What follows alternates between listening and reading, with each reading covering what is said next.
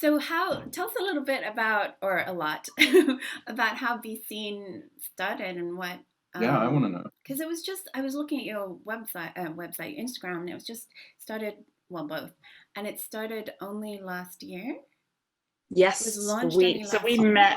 we met about a year ago, and we launched in on the 16th of September 2020 Oh, officially. you only met a year ago, so you're not like lifelong friends. How did you No, guys no, not at meet? all. Oh, okay. You want to hear the love story? I Um, do. okay, so um, it was the middle of lockdown. The world was, well, it was actually pre-lockdown that we started to notice it, but it was around about the time where the argument in the UK was raging about whether or not people should be wearing masks. Mm. And we all noticed that the media in the UK, in particular, places like the BBC, The Guardian, were talking about lockdown restrictions and whether or not masks should be made mandatory. And they were talking about them in places like, Lancashire or rural places in the UK, for example. And then they would just slap on a photo of like a generic, like Getty Images picture of some East Asian people in Hong Kong or something, which just didn't have any connection. And I noticed it once or twice. And then I started to notice all of these articles, and just without fail, there would always be a picture of somebody who was supposed to, I guess, be like generically Chinese, but easily could have been any East Asian or even a Southeast Asian person. Where they had nothing to do with the content of the article. And so I started to complain to the BBC, to whatever newspaper it was. And then I saw it happen in The Guardian, and I was like, you should know better than this. So I wrote a really polite, but quite miffed email to the reader's editor. And I got back a really gaslighting reply from the reader's editor assistant. And so obviously I Googled him, and he's a white guy. Drop And I his suddenly name. just had this moment. You want me to drop his name? His name is Yeah. David Whitfield. David Whitfield, the reader's We editor of hate The you, Guardian. David. And so I hate all Davids. I said, so. I pointed to the spike in hate incidents against East and Southeast Asian presenting people in the UK, and said, don't you think that this kind of prevalent imagery is creating a connotation and reinforcing a stereotype that ultimately could culminate in an act of violence? And he was like, no. And he even said, and then I think he even went as far as to say it's not racist, because if anything, we're showing that these people are like that they're compliant with health and safety regulations. Literally, fuck off, David. David Whitfield. Like, fuck David, you. get out. Fuck everything you stand for, David. Anyway, so I was really upset by this, and I remember I just felt, being told, putting myself out there and very vulnerably saying, I'm really offended by this. I think that this is part of a racist narrative around, well, specifically Chinese people, but for the purposes of this conversation, people who are racialized as Chinese, as perpetrators of a virus. And then just to have that whole thing boiled down by this white guy who was just like, no, was so upsetting for me. I went and spoke to my husband about it. My husband is white, but he's very understanding. And he was just like, oh, we need to get you some Asian friends. And I was like, yeah. I just felt very alone. Cool. Everybody needs Asian friends. And I felt like I didn't have anybody to relate to. And he, not being Asian himself, he recognized that. So we kind of had a joke about how I was all alone. And then I didn't know what to do with myself. So I started angrily posting into the ether that is Instagram, posting stories, sharing things. I even posted the reply that I wrote to David. And I kept tagging, I can't remember, there was like a British Asian account. I kept tagging in the hope that they might share it. And then it turned out that other people had been doing the same thing, had been complaining and also receiving these gaslighting replies. And so somehow I ended up being tagged in the same post or the same story as Viv Yao, who is one of the other Besean co-founders. Yeah. And then she was tagging me and stuff. And then she was tagging in these other people. And I was like, who are all these people? But this is great, yay. And then somehow a group got made, and we agreed to pool our resources. And at the same time, Viv had started this petition, a change.org petition, which is now up to like 30,000 signatures or over. Viv had started this petition. We found ourselves in a group. We decided to pool our resources. And it was just this kind of perfect moment, because someone said, oh, I'm a graphic designer. And then someone said, oh, I've got background in research. And I said, okay, great, I can do copy editing. And it all just kind of came together. And we put out some infographics about, exactly what the problem was. And then linked it to a spike in hate crime and hate incidents and so on. And so we started using this hashtag, We Are Not a Virus. And we decided to launch a campaign with Viv's petition at the forefront of our messaging. So we were trying to get as many signatures as possible. We wanted to attract the attention of government, which we eventually did. And by this point, people were asking us, like, what should we call you? Does your organization have a name? So they were calling us the We Are Not a Virus girls for a while. And then we eventually realized that we needed something more concrete. And it just kind of happened. We just realized that we wanted this to be a long-term thing and not just this short campaign during the pandemic period. We realized that there was a huge dearth in the UK of groups representing the interests of East and Southeast Asians specifically, because I think in the UK, when we use the word Asian, a lot of the time we're talking about South Asians, just due to the difference in population sizes. The two biggest Asian ethnicities in the UK are Indian and Pakistani.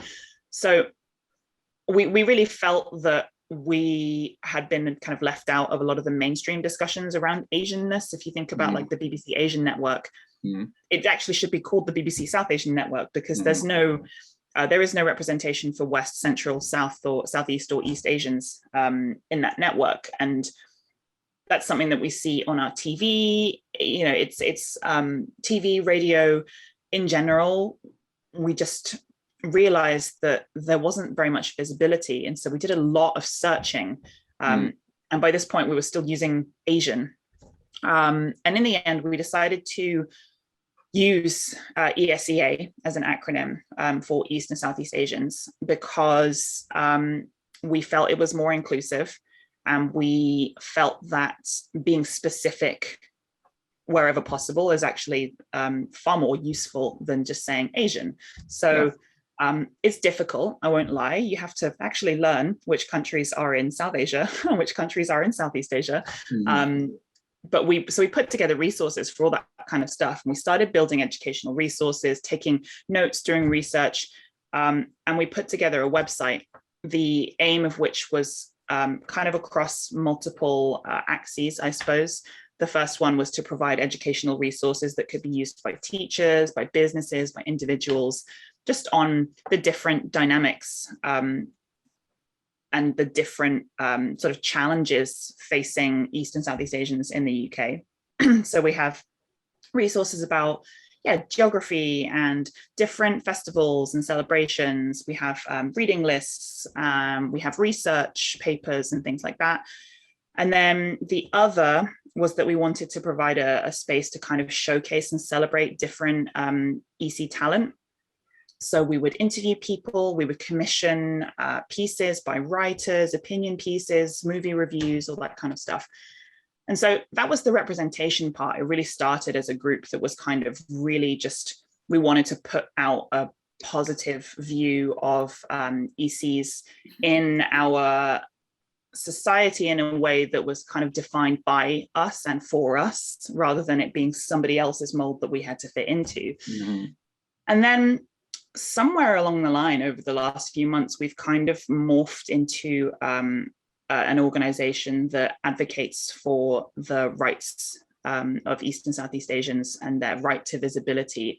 So we are, at heart, we are an anti-racism organization, but our approach is really a very homogenous, no, that's not the word I'm looking for. Holistic. Thank you. Our approach is really homogenous. So helpful. Yeah. It's very multifaceted. No, our approach is a really holistic one. So we believe that fighting discrimination happens at all levels in society. So while we not only do fight for positive representation, that's not enough. We also need to look at the systemic drivers behind why we don't have that representation. We can't just sling someone into a position of power and assume that they're going to do a good job. So we do advocacy work across different levels. You know, we do kind of panel and speaking events for companies or educational institutions like universities. We have done advocacy workshops to inspire, I guess, groups on how to advocate and how to collectively organize. We write pieces for other publications sometimes. Like I said, we put out opinion pieces on our own website. And yeah, we have this podcast, we have a newsletter, we have like so many fingers and so many pies. But I guess two of the big moments for us in the last year have been, we caught the attention of an MP you might have heard of, whose name is Sarah Owen. She is the Labour MP for Luton North, and she's the only MP of EC, female EC ethnic origin. So there's another Conservative MP called Alan Mack, but I mean, Alan Mack has said so many times that he doesn't want his ethnicity to have anything to do with this politics. So bun Alan, to be honest. But Sarah, by contrast, so she's Malaysian Chinese. And she is so engaged in the community's interests, and she really has committed to publicly fighting racism, both on a personal level and also with regards to her work. So she tabled a historic debate about racism towards East and Southeast Asians in the UK. And it's the first time that anything like this has been discussed in Parliament.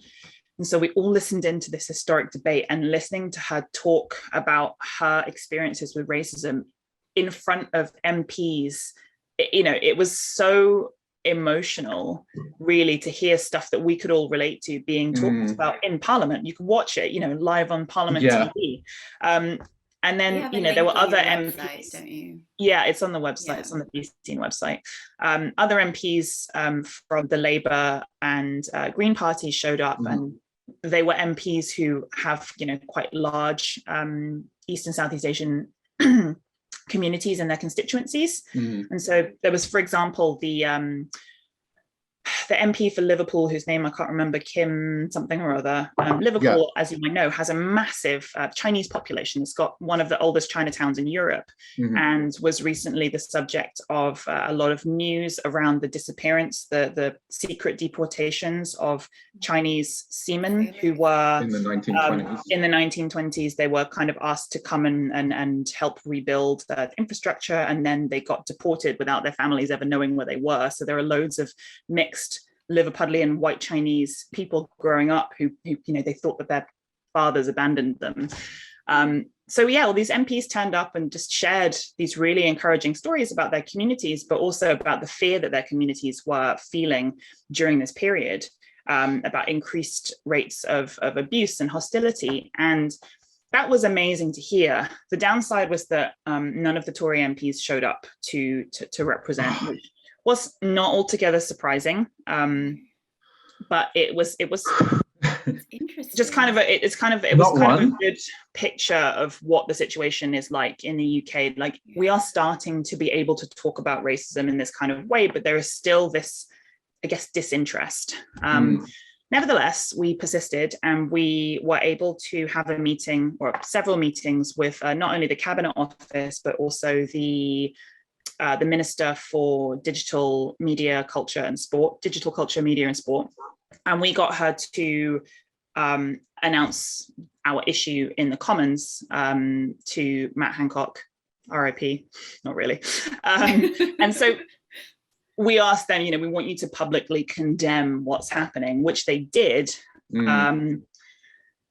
which was a big deal for us to have this put on the radar. And so I'm not going to say that the issue has magically been fixed, but I think that due to the work of groups like Besean, but also working alongside other organizations like the Southeast and East Asian Center, like Kanlungan Filipino Consortium, you know, we're like ESA Scotland, we are getting these issues on the radar of the Cabinet Office, of the Metropolitan Police and different police forces. Like it is starting to happen, but there's a really long way to go. And unfortunately, a lot of that is tied up with funding. And the reality is that a lot of the groups, particularly those who are doing actual outreach work with communities, and perhaps with people who are harder to reach, who maybe don't use social media, like older people or some migrant populations, for example, those are the organizations that really need money right now. And we don't